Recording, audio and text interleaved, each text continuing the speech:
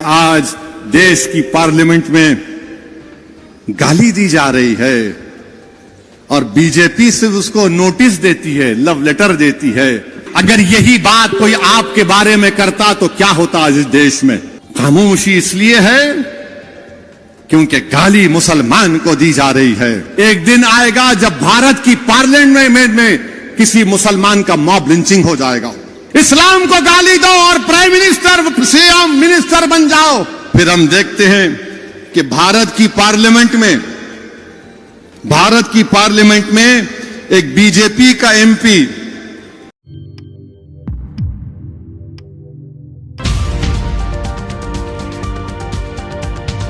देखते हैं कि भारत की पार्लियामेंट में एक बीजेपी का एमपी एक मुस्लिम एमपी को बकवास, गंदगी, गाली देता है। एक एक बात, मैंने क्या क्या बात बोलता है। लोग कह रहे हैं नहीं पार्लियामेंट में नहीं बोलना चाहिए था। अच्छा, पार्लियामेंट में नहीं बोलना चाहिए था? वो लेकिन उसकी जबान खराब थी। अच्छा, जबान खराब थी? अरे ये तो अवाम का नुमाइंदा है ना, तुमने इसको वोट डाला। जब अवाम इतने लोगों को मार रही है, जुनैद नसीर को जला रही है, नूह में घरों को 300-350 घरों को बगैर कानून के ड्यू प्रोसेस को फॉलो किए घरों को तोड़ दिए, धर्म संसद में गालियां दी जाती हैं मुसलमानों को, रेप की धमकियां दी जाती हैं, तो ये तो तुम्हारा नुमाइंदा है। उसने गालियां दी, अच्छी जबान इस्तेमाल नहीं की। उस बीजेपी के एमपी ने, अरे वो तो गोडसे की बात कर रहा था, वो नाकाबिल कबूल है। हम तो रोज सुन रहे हैं ना इनको गाली। मैं जानता हूं, मेरी उम्र 8-9 साल या 10 साल की थी। हमारा घर हैदरगुड़े में था, पुराना घर। वहां पर हर कोई आरएसएस के लोग जब कोई जुलूस होता तो हमारे घर के पास आकर पुकारते, सलाहुद्दीन अवैसी कब्रिस्तान या पाकिस्तान। मैं और अकबर, हमारे एक ताया वहीद भाई जो बड़े ताकतवर थे, उनके साथ बैठते थे। वहीद भाई लकड़ी लेके भागते, ये 25-30 फीट छोड़ के भागते। हम सुने, मैं सुना हूं मेरे कानों से, आज मेरा बेटा सुन रहा है ये। मैं समझा कि शायद मेरी जिंदगी में खत्म हो जाएगा, मगर मेरी औलाद सुनेगी, आप सुनेंगे, बच्चे सुन रहे हैं। याद रखो मेरी इस बात को, एक दिन आएगा जब भारत की पार्लियामेंट में किसी मुसलमान का मॉब लिंचिंग हो जाएगा।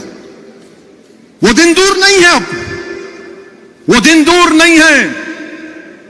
क्योंकि हिटलर की जब हुकूमत थी तो हिटलर की हुकूमत में लिखा जाता था, यहूदियों से बच के रहो, ये जर्मनी के लिए खतरा है। आज यहूदी लफ्ज को निकाल दो, मुसलमान लिख दो उस पर।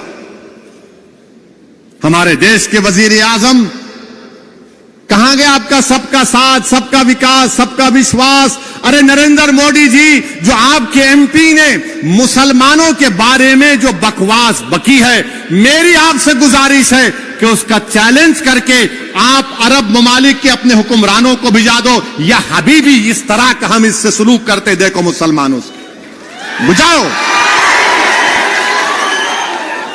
क्या नरेंद्र मोदी अपने एमपी की स्पीच का अरबी में ट्रांसलेट करके मोहम्मद बिन सुल्तान, मोहम्मद बिन जैद को भिजाएंगे? आप भिजाएंगे उनको? बताओ देश के वजीर आजम। क्या तुर्की के अर्दोगान को भिजाओ? देखो हम इस तरह भारत की नई बिल्डिंग में हमारे पार्टी का एमपी ने मुसलमानों को इस तरह कहा है। देश के वजीर आजम कुछ नहीं बोलेंगे। जुनैद नसीर मर गए, वजीर आजम मुंह नहीं खोलते। ट्रेन में 3-3 मुसलमानों को नाम पूछकर गोली मार दी गई, वजीर आजम कुछ नहीं बोलेंगे। पीटा जा रहा है, सतारा में मारा गया, कुछ नहीं। अरे सतारा में तो जो बच्चा शहीद हुआ, अरे देवेंद्र फडणवीस तुम्हारे आदमी ने जुलूस को निकाला था। तुम होम मिनिस्टर रहकर तुम्हारा आदमी सतारा की मस्जिद में घुसता है मौत को लेकर। कैसे होम मिनिस्टर हो तुम देवेंद्र फडणवीस? मगर हमारे वजीर आजम ने इस मुल्क में एक माहौल को पैदा कर दिया। कि नफरत करो और राज करो, नफरत करो वोट हासिल करो, नफरत करो सत्ता हासिल करो, इस्लाम को गाली दो, जीत जाओ इलेक्शन, इस्लाम को गाली दो और प्राइम मिनिस्टर सीएम मिनिस्टर बन जाओ, मुसलमानों को पीटो और इख्तिदार पर आ जाओ।